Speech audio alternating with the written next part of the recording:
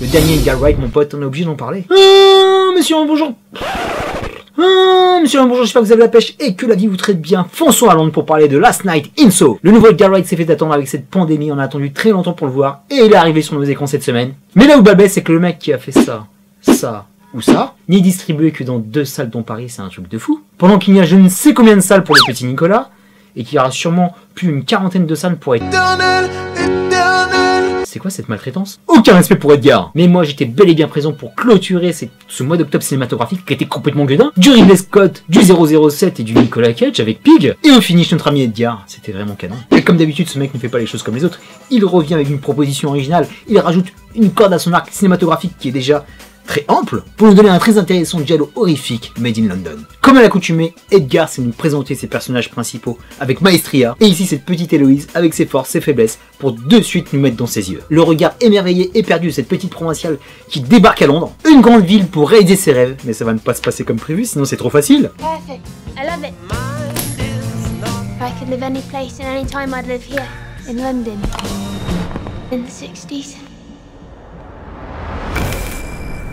Mais d'entrée de jeu, elle va se manger des pots de banane avec une coloc dégueulasse et elle va trouver refuge dans une location étrange où la bizarrerie va s'installer crescendo pour devenir de plus en plus éprouvante. Et de plus, cette jeune fille a l'air d'avoir un 6ème sens très développé. Elle arrive à voir les morts. Au début, on est presque mignon, mais tu connais Edgar Wright, le mec aime légèrement la violence. Et là, il va installer l'horrifique. La grande force de ce film, c'est l'alliage des époques, les années 60, qui vont se répercuter de nos jours sur les fringues, l'ambiance, la bande-son, surtout l'authenticité de l'architecture londonienne que Edgar va utiliser à bon escient. Et en 60 piges, on n'a pas beaucoup évolué, ce qui était dégueulasse hier l'est tout autant aujourd'hui. Parce qu'il y a un véritable questionnement sur le traitement de la femme, dans le passé et dans le présent, et quand tu vois toute cette plastique qui appelle au rêve, le faste, les paillettes, donnent place à un cauchemar dégueulasse et macabre. La fluidité de la réalisation permet de passer de la réalité à un fantasme chimérique, dans un véritable ballet gracieux, la jeune Thomasine Mackenzie va rentrer dans le corps de Anna Taylor-Joy. T'es en forme Edgar? Et là, ça m'a un peu surpris parce que j'avais absolument pas vu de bande-annonce, le nom d'Edgar Wright, moi je fonce, c'est qu'on n'est pas totalement dans l'horreur pure, on est plus dans un thriller psychologique qui prend le pas sur l'épouvante parce qu'il n'y a jamais d'explication sur le fantastique. La jeune Héloïse est complètement isolée dans cette mégalopole, personne ne peut vraiment l'aider, ce qui va rendre son parcours encore plus éprouvant. Comme d'hab, les dialogues fusent à toute vitesse, il y a un peu moins d'humour que d'habitude, mais sa coloc qui est une véritable garce fait très bien le taf, c'est un magnifique miroir déformant de ce qu'elle est. L'approprié aux vieilles dures à cuire si tu es un aficionado de Edgar va te rappeler Hot Fuzz,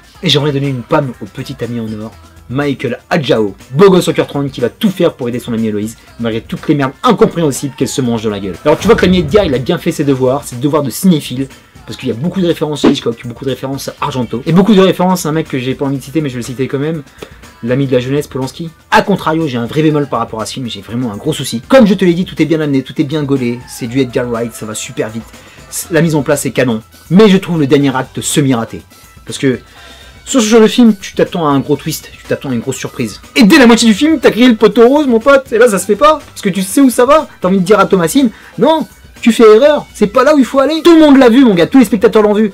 Et c'est là que c'est décevant. Ça méritait une surprise d'une autre ampleur pour mettre tout le monde d'accord. Et malheureusement, tu l'as pas fait, Edgar. Mais néanmoins, le film ne reste pas moins fascinant, angoissant. Ça reste flamboyant, tu sens que c'est maîtrisé. Avec un message pertinent sur le féminisme. Avec 2 actrices complètement habitées. Je t'ai pas dit aussi sur ma critique que les scènes de danse, qu'est-ce que c'était beau. Anna Taylor, elle l'assure de ouf. Edgar a réussi sur ses films à nous donner un univers visuel, un univers atmosphérique, un parcours initiatique audacieux, voire trop ambitieux sur le passage à l'âge adulte, qui aurait mérité une meilleure fin. Terminus pour ce dernier Edgar Wright. Je te dis à très bientôt pour de prochaines vidéos. D'ici là, porte-toi bien, merci pour tes likes, tes partages, tes commentaires. Est-ce que tu as vu Last Night in Soho? Dis-moi quel est ton meilleur Edgar Wright dans un commentaire savoureux.